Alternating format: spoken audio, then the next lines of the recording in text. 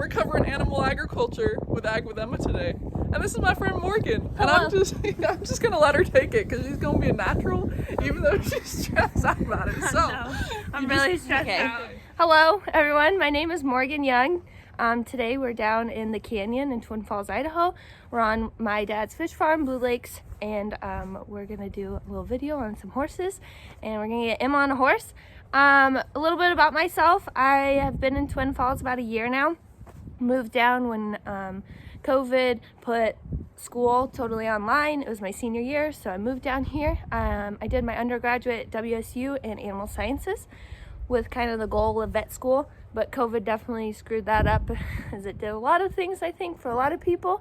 So just kind of went with the flow, moved down here to be closer to family, fell in love with the area, absolutely love it. Get a ride all year long, pretty much, compared to where I grew up in Colorado, very cold. But yeah, so I currently work at a vet clinic in Twin. I love it. It's exactly where I want to be, the path I want to be on. And then in my free time, I try to give as many horse lessons as I can because I have 3 really awesome horses and I'm super lucky to have that. So I try to let kiddos experience that because I was super lucky in having that growing up.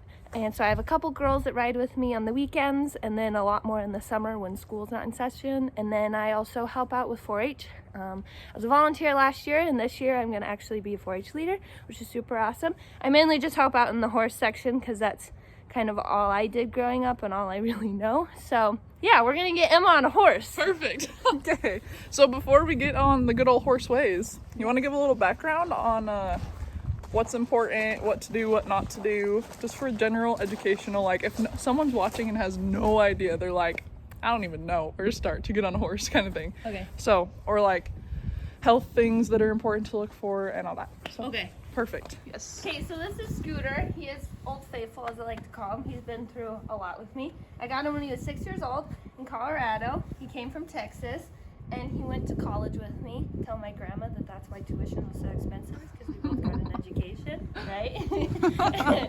So he went to Pullman with me, and now he's back.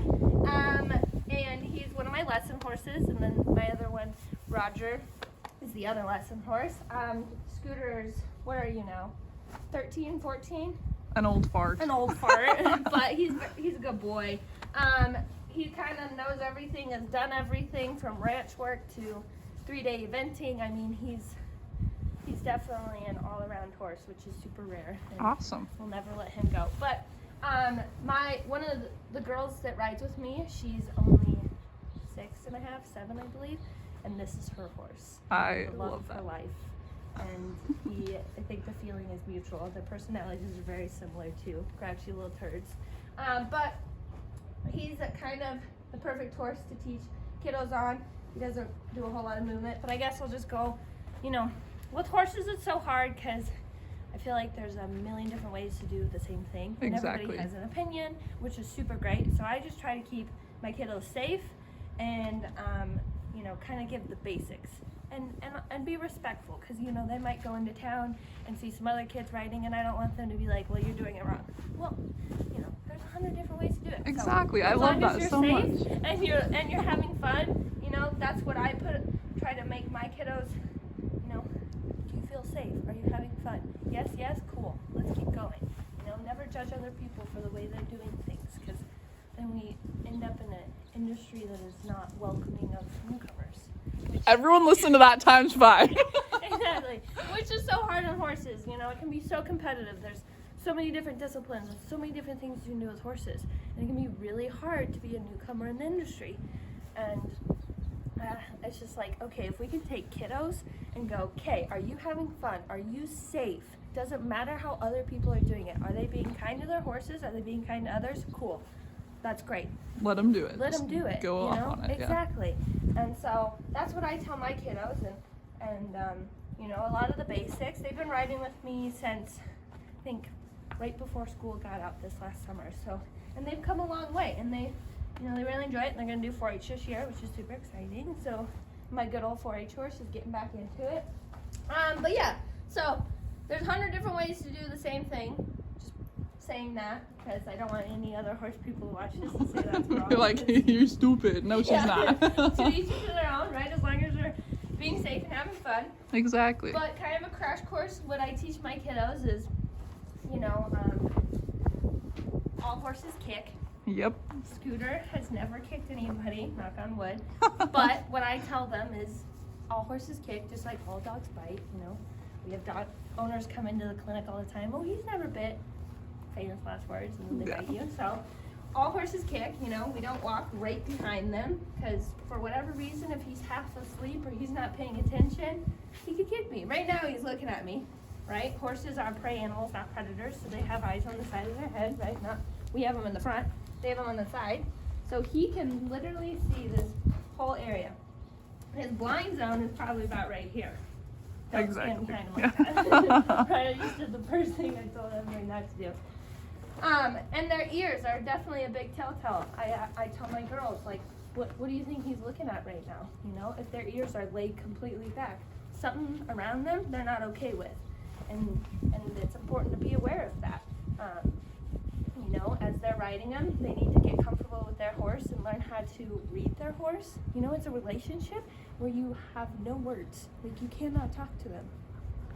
And so it's really beautiful when you get, you know, a kiddo who, you know, is 6 or 7 and never been around a horse, and all of a sudden, this is her best friend, but never do they actually speak the same language. Exactly. You know? It's all, can you not do that? It's all between body language and caring for each other, and there's a sense of mutual respect there. I mean, the younger girl that rides with me, she's, you know, she like weighs like nothing, and then he's like a, you know, 1,200-pound animal. Exactly. But yet the respect outweighs the weight difference there, Mm-hmm. which is amazing. It's beautiful. It's a beautiful thing, and it's really cool to watch. It's like this little, I mean, she like probably comes up to him. Yeah, and on just him. whips She on just up gets there. on, or she'll, you know, one thing I really do a lot with the girls is groundwork. Okay, we're just gonna, thank you for showing us your booty. It's groundwork. And there's, you know, everybody has different opinions about it, but, you know, I feel like if this giant animal does not have respect for you when you're on the ground, they're not gonna respect you when you're on their back. And so with the girls, we do groundwork every day before we ride, you know, and they love it. Oh my gosh, they love it, which is great. Mm-hmm. But, you know, we do lunging. We work with pressure on their face, like just backing up, you know, like, hey, I'm here, listen to me. And they automatically get this huge sense of respect for each other because we're on the ground, like, you know, she's like this high and he, like, look at me, I'm in charge. That's something I always have to ask the girls. Who's in charge? Who's in charge? I'm in charge, exactly, because they're big, and, you know, we don't want to tell them that they're big, because then they might take over, but, yeah. So just like, you know, being safe, the littlest one, she's been stepped on a couple times, because she's not paying attention, Yeah. you know? Paying attention is huge, because, you know, things are constantly changing in the environment, and they're animals with a mind of their own. They're not a car where you can just turn off the key. Like, they are constantly looking around them, which is why, you know, I tell the girls, be aware of your surroundings. You know, is something going on that's going to spook my horse? Do I need to be prepared? And nothing really spooks him, but, you know, still, it's a good way to be, looking at his body language, how to read him, because you can't say, hey, Scooter, are you okay right now? You have to read his face and his ears. Right now, he's very calm. He's just chilling. He's like got a droopy lip. But earlier, the duck hunters were shooting, and Credence over here was having a total fit. And he's not as calm right now. He's kind of looking around, but this is like a very calm state. And so, body language, reading the animal, you know, making sure that looking around in your environment, what's going on, is it safe for me to do my next step? And, you know, the girls, they know entirely how to saddle themselves. The only thing they can't do is put the saddle on, which is fair because they're like this big. So I do that, and then they do the rest. You know, they put on the cinch, they put on the back cinch, they do it all, and then they have me check it. They never get on without me checking because they want to make sure they're doing it right. Okay. All right, guys, so I haven't gotten on a horse in like at least 6 years. It's fine. We're gonna be fine. I forget sometimes because when I go get on my new horse and he's like a little shrimp. Nice view. I know.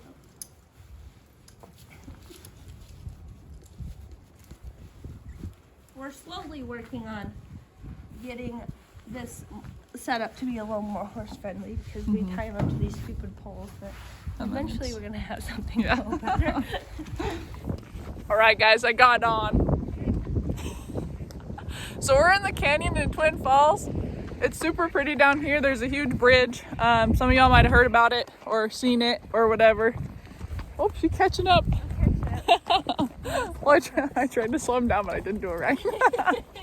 So I have not fallen off. She hasn't fallen off. Nope. This one's a little sassy. Where is he? But such is the way of animal life. Yeah.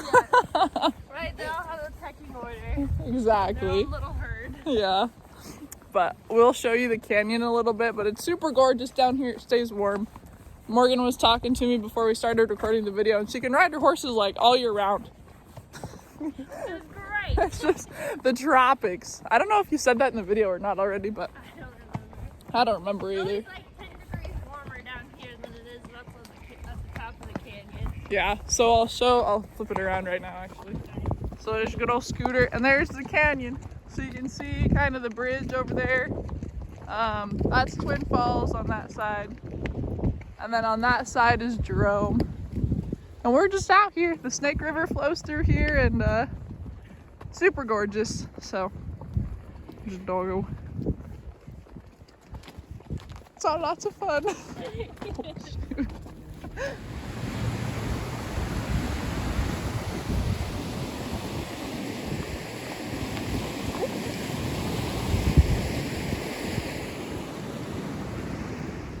Got video our pee breaks. No, this is actually funny. This is funny because in my last video, I had to stop in the tractor for a pee break, and I videoed it. I was like, we keep it real here, so videoing our pee breaks. So we stop for a pee break. Good old boy. Been riding lopsided, so we're getting her all adjusted. Safety first. Safety right? first, that's right. Even when you don't know it's not safe. Yeah, right? The ignorance is bliss. Now, like, riding straight feels bad. Whoa. I can ride through the fish farm Okay, or the raceways. we're gonna ride through some fish raceways. Got fishes and horses. Good way to break horses. Yeah. Here.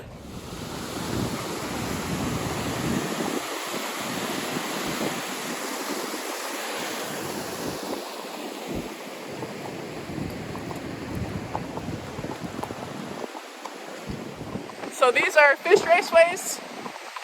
They produce a lot of fish down here. They've got a good climate to do it, and they have like the control to do it, I guess.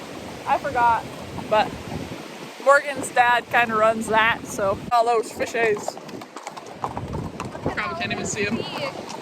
All those fish. So this is a good old speed racer. That's why they call him Scooter.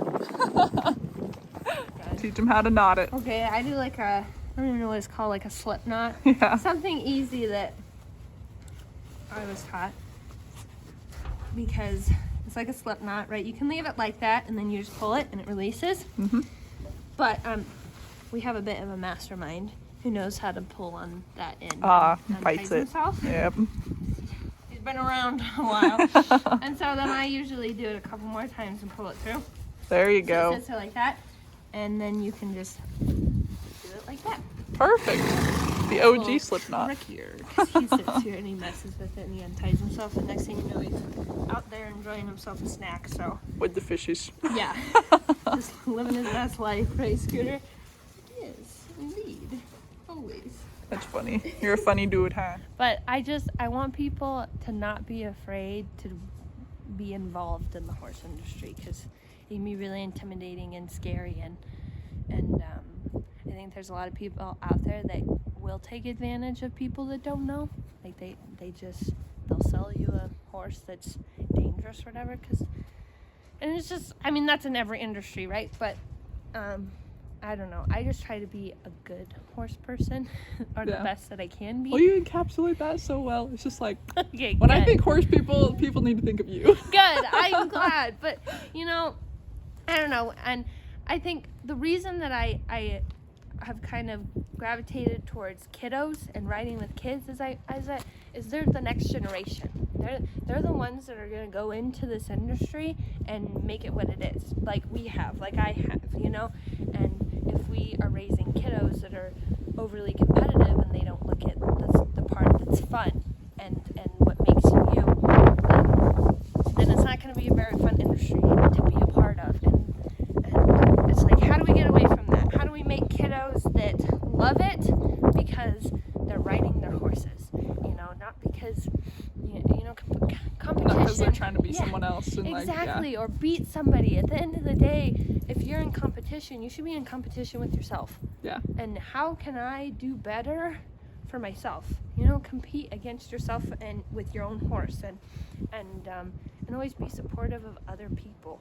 And especially with the kiddos that ride with me, is just learning how to take care of something that can't take care of itself. Yeah. Which is why, you know, I want to be involved in the vet med industry too. It's like, we have created this world where we have all these animals that are domesticated and can't take care of themselves. So how do we as people take care of them, you know?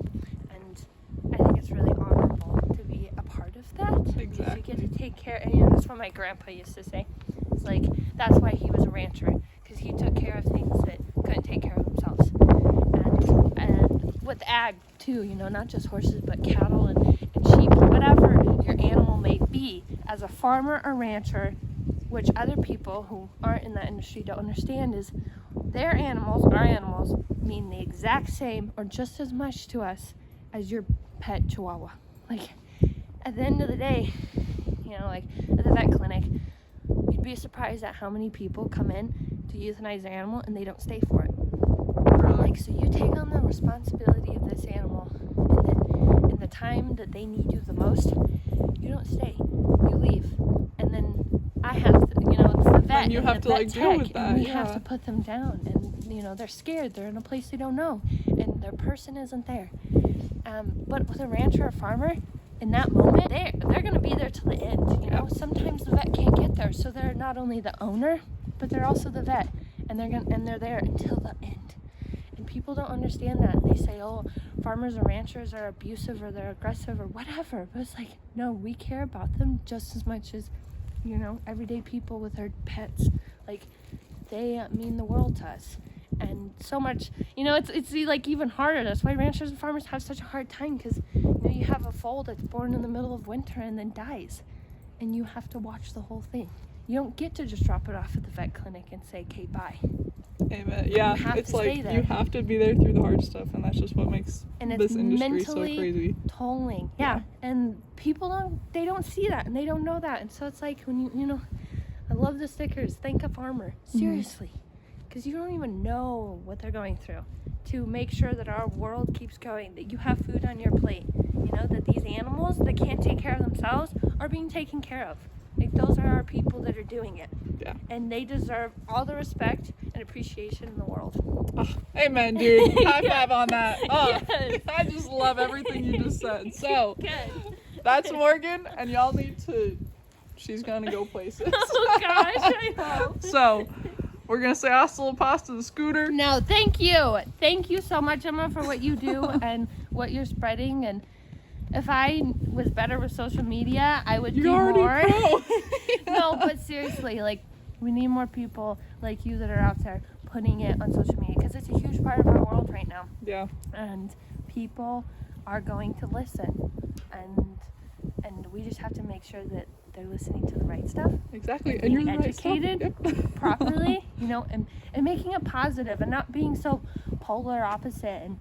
And you know, if people have questions, make sure that you are open to those questions. You know, don't shut people down and be like, oh my gosh, you have questions? That is so awesome. Exactly. I'm here to answer them. How can I make you understand our industry better so that you like it in a healthy way, it. so it's not competitive with others, and it's like understanding life. You it's just so great. You want to see the raw part of it? come, like, okay, Come hang out. let's do it. Yeah. Seriously. Like, Awesome. it's not all, you know, beautiful, but That's the thing of it, it's though. Like, life. it's not all It's glamorous. reality. Yeah, exactly. Not everything is perfect. But yeah, okay. That's my Awesome. soapbox. I just love Morgan so much. We have not really hung out a lot, but No, I know. it's so great to know other people like that in the industry. So follow her along. I'll have this on my Instagram and stuff. So thanks y'all for tagging along.